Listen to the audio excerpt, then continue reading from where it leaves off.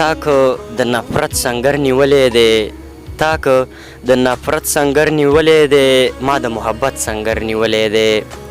زه خو د پښتون د بقا جنګ لزم، زه خو د پښتون د بقا جنګ لزم، تاسو په کوم نیت سنګر نیولې دی. دلته کې درمان د زړونو نشته دی، دلته کې درمان د زړونو نشته دی، دلته مادیت سنګر نیولې دی.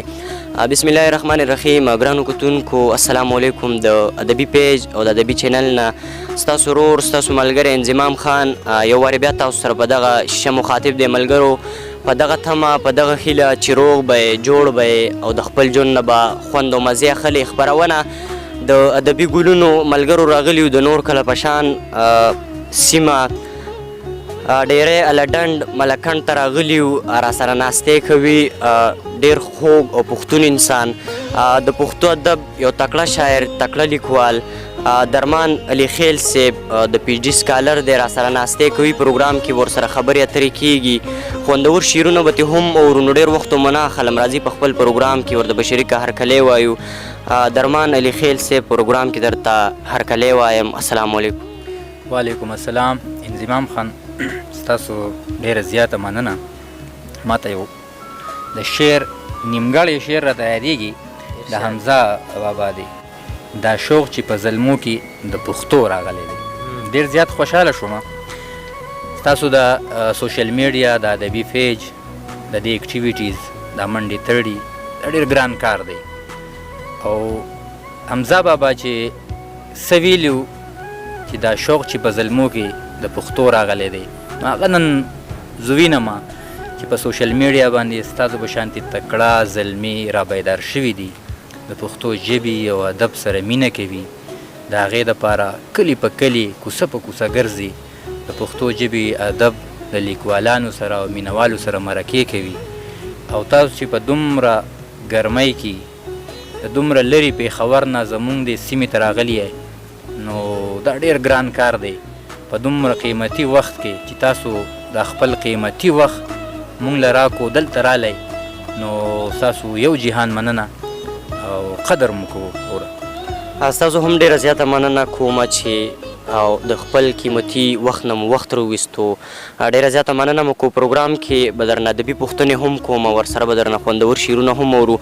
خو د پروګرام د فارمیټ مطابق ټول نه لومبیا را سره خپل یو غزل مو کو شریک کو، نو ډېر زیات به خوشحال شو.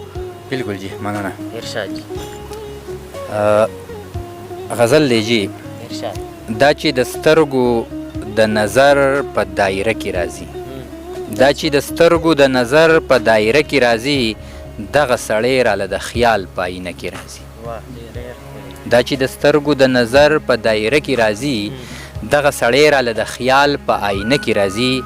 زما د زړه په کور شبخون کوي ښایسته جانان، زما د زړه په کور شبخون کوي ښایسته جانان، خیالي چړې چړې زما په شوګیره کې راځي. او زما د مینې انتها ستا بیروخي جانانه، زما د مینې انتها ستا بیروخي جانانه، دا نظریه ستا د ښایست په فلسفه کې راځي. زما د مینې انتها ستا بیروخي جانانه، دا نظریه ستا د ښایست په فلسفه کې راځي. او ستا د وصال د وادې هرې تمې سر خوړلې، ستا د وصال د وادې هرې تمې سر خوړلې، ځکه طلب مې ستا د حسن په جذبه کې راځي. ستا د وصال د وادې هرې تمې سر خوړلې، ځکه طلب مې ستا د حسن په جذبه کې راځي. راته ښکاره شي یو جلاد زما د وینو تږې، راته ښکاره شي یو جلاد زما د وینو تږې، چې نامه زما د فکر په ولقه کې راځي. او زما د تسنې وسنې شوي ارمانونو قاتل، زما د تسنې وسنې شوي ارمانونو قاتل، د ډېره کبره مې د زړه په هدیره کې راځي. او ستا د زمري نظر په ضد کې چې راغلی یمه، ستا د زمري نظر په ضد کې چې راغلی یمه، وینه زما د زړه د درد سره په خوله کې راځي. او زه په خندا خپله ناکامه تمنا هېروم، زه په خندا خپله ناکامه تمنا هېروم، نوره جړه راله په توره توره شپه کې راځي. او درمان دی قدر کوي دومره چې دی ویني کله، درمان دی قدر کوي دومره چې دی ویني کله، نظر یې ښکته شي حیا ورله په زړه کې راځي. ډېر ښکلی، ډېر اعلی. یقینا خوندور شعرونه ملګرو به هم خوند اخیستې. ملګرو د ادبي ګلونو د پروګرام مقصد خواره واره رنګونه راټولول او تاسو سره په دغه شیشه شریکول. په دغه لړ کې نن راغلي یو سیمه الډن ډیری ملکنډ ته راغلي یو دغه ځوان فکر او زلمی شاعر را سره ناست دی. درمان صاحب ملګرو سره خپله لنډه غونته پیژنګلي مو که نو ډېره زیاته به ښایي. مننه جی. خپل نوم مې سکندر خان دی، د دې لډن ډیری اوسېدونکی یم. والد صاحب نوم مې محمد رسول خان دی، د لډن ډیری د پتې خیلو محلې اوسېدونکي وو. نن سبا په بارو محله کې استوګن یم. په پښتو څانګه پېښور پوهنتون کې مې ماسټر کړی دی پښتو ژبه کې، او اوس د ایم پیل نه پس پی ایچ ډي ته کنورجن زما شوی دی او په پښتو ژبه او ادبیاتو کې پی ایچ ډي کوم جي. ټیک د جی ملګرو سره دا هم شریک کوي چې د پښتو ادب د شعر لیک آغاز مو کله نه کړی دی؟ د شاعرۍ د شروعات په هکله تاسو تپوس وکړو نو زه چې په اتم جماعت کې وم ډېر وخوښ وم، لکه داسې نوې نوې مطلب دا دی چې آغاز د شاعرۍ خو ما کړی، خو ما ته ګوډه شاعري به مې کوله، قافیه ردیب په دې خو دومره پوهېدم نه. بهرحال یا پردی غزلې ورانې کړي خپلې جوړې کړي، دومره د شعر په هنر او بیا په قواعد او ضوابطو لوازماتو باندې دومره پوهه زما نه وه. تر لسم جماعته چې پورې چې رسېدم نو یو خو په دې کورس کې زموږ سره د مختلفو شاعرانو ادیبانو کلامونه هم موجود د هغې اثر هم و. نو ډېر کاپي رنګ ما د شاعرۍ اخیستی و. لسم کې بیا ما لږه لږه داسې شاعري شروع کړې وه چې وزن او بحر به مې کم از کم برابر نه و، خو قافیه او ردیب او په دې قواعدو ضوابطو تر ډېره حده پوه شوم. تر څوارلسم جماعته پورې چې رسېدم نو زما شعر کې وزن، بحر او قافیه او ردیب هر شی برابر شوی، خو خیالونه مې هغه شانتي پاخه نه وو لکه چې د شعر کم معیار پکار دی. اوس هم لکه زما په خپل شعر باندې خوشحال بابا وایي چې شعر کار یا د سالک یا د مالک دی، د عاشق دی، د دردمند دی، د ابدال. شعر کار د هر فاسق د فاجر نه دی، نه د هر یو وکسترګي د کنګال. نو ما ته اوس هم په خپل شعر کې هغه معیار نه ښکاري کم چې د موجوده وخت د حالاتو د تقاضا کم حالات تقاضا کوي.